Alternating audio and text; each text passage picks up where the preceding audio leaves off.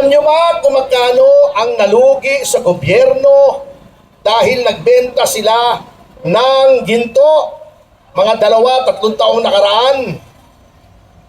Kontra sa presyo ngayon, nalugi ang ating gobyerno ng 200 bilyon. Papakainin mo pa kami lahat. Eto si Kaya Eric, ang lakas kumain nito. Sige nga. Pero hindi, matipid itong preso kasi nag-hunger strike eh. Anyway, alam nyo, bukod sa mga katarantaduhang ginawa nito na nasabi na ng aking mga kasamahan, baka may nakakalimutan pa po tayo na dapat lagi nating gunatain. Unang-una po dyan, yung ginto. Ama! Ano bang problema ng mga Marcos at napakahilig sa ginto? Ano? Yung Golden Buddha, ninakaw nila kay Rojas. Hindi na alam ng mga bata ito, yung Golden Buddha. I-google nyo na lamang. Bago meron pang Yamashita Gold daw. Metaliano Gold. Pero ang totoong gold na ninakaw, yung gold reserves po natin sa Bangko Sentral ng Pilipinas. Alam nyo po ba, noong panahon ng pandemya at yung mga sumusunod na taon, na ang lahat hindi lang halos lahat ng Bangko Sentral ng lahat ng bansa ay nagho-hoard, nagtatago, nag-iipon ng ginto. Alam nyo bang pinagbebenta ng pamahalang ito ang ginto ng Bangko Sentral ng Pilipinas? 27 tons, 27 tonelada, mahigit kumulang ang ibinenta. Bakit daw ibinenta na nangatuwiran pa? Kasi daw, maganda ang presyo noon. Tutubo ang pamahalaan kung magbebenta ng ginto.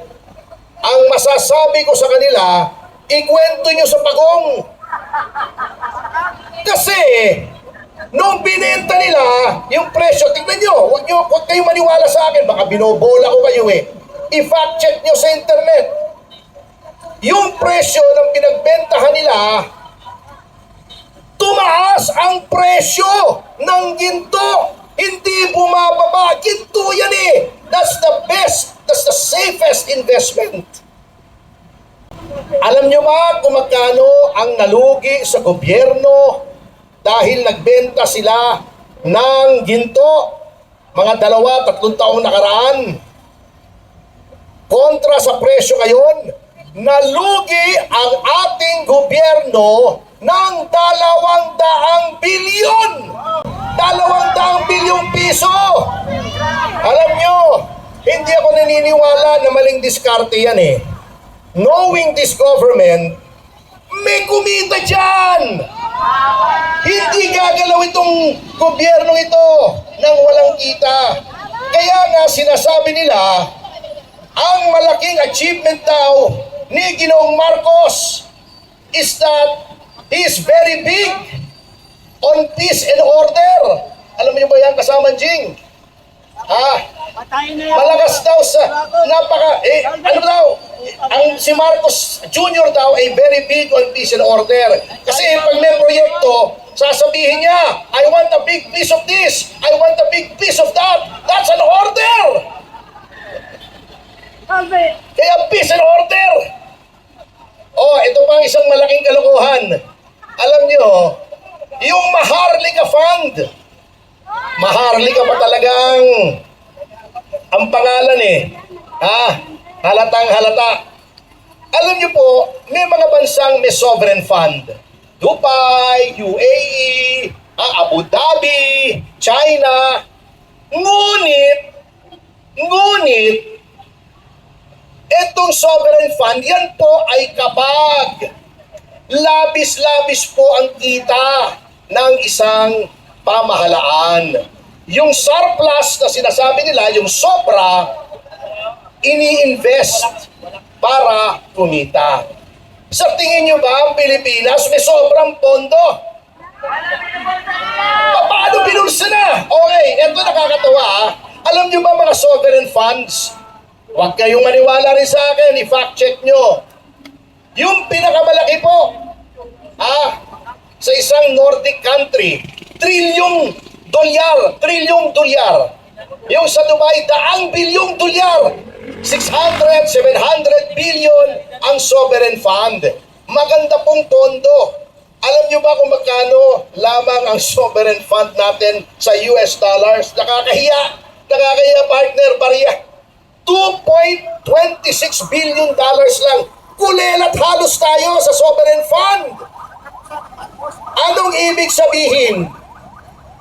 Maliit kung sovereign fund, malaki kung sa kitahan. Because that is 100. Yung 2.26 billion dollars, malaki po yun sa pesos. Nakita na ba natin ang resulta niyan? Anong naging resulta niyang sovereign fund na yan? Yung bata nila, sinuweldohan nila ng 2 milyon isang buwan.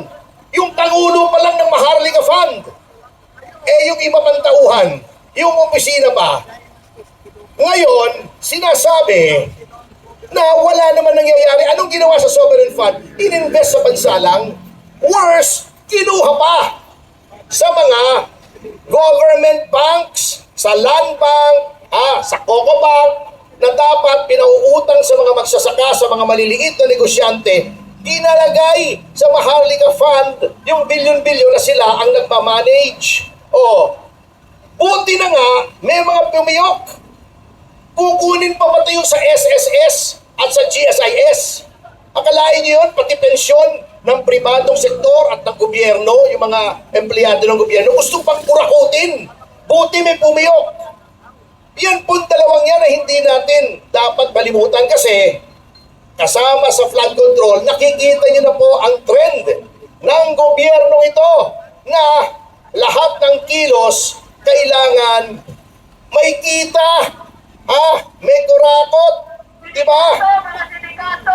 Grabe.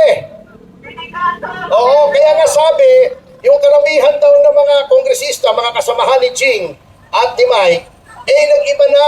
Di ba si Gibo, naging Maltese. Di ba yung Maltese, aso yun? May aso akong Maltese eh. Ano yan? Ang plain Maltese ito. Alam nyo, nag-iba na daw ng nasyonalidad. Mga Canadian, Canadito, Canadian. Aba! Ay, nako. Huwag na natin pong kalilimutan bukod sa flood control. Lahat ng anomalya nandiyan na. At yung ginagawa sa flood control, tama yung mga kasamahan namin, ay pinagtatakpan lang, niloloko lang tayo, minomoro-moro lang tayo. Yung ICI, wala yan! Ama! Meron ba namang independent commission? Laging buntot. Yung alter ego ng presidente, si Vince Dizon. Ama! Paano naging independent yan? Meron ba independent commission? Nanghihiram ng piskal sa DOJ? Niloloko lang tayo! Paano naging independent yan? Ano mga kriminal dyan, ICI? Ang problema po, dahil hawak nila ang ninakaw nila, bilyon, hundreds of billions, ginagamit po nila yan para mabili ang katapatan ng mga sektor ng ating lipunan para hindi maging widespread, kinokontrol ang media, tinatakot tayo, lahat sinusubukan nilang bilhin. Kaya bilang magtatapos po, para sa akin, sa ngayon pero alam nyo, huwag tayong tumigil kahit mga ganitong mga maliliit na mga pagtitipon ay papalaki po ng papalaki yan. Hayaan nyo lang, magtyaga lang tayong ipaliwanag sa ating mga kababayan ang nangyayari. Ngunit sa ngayon, ipasa Diyos na lang natin yan mga kasama. Nasa ba si Victor? Victor!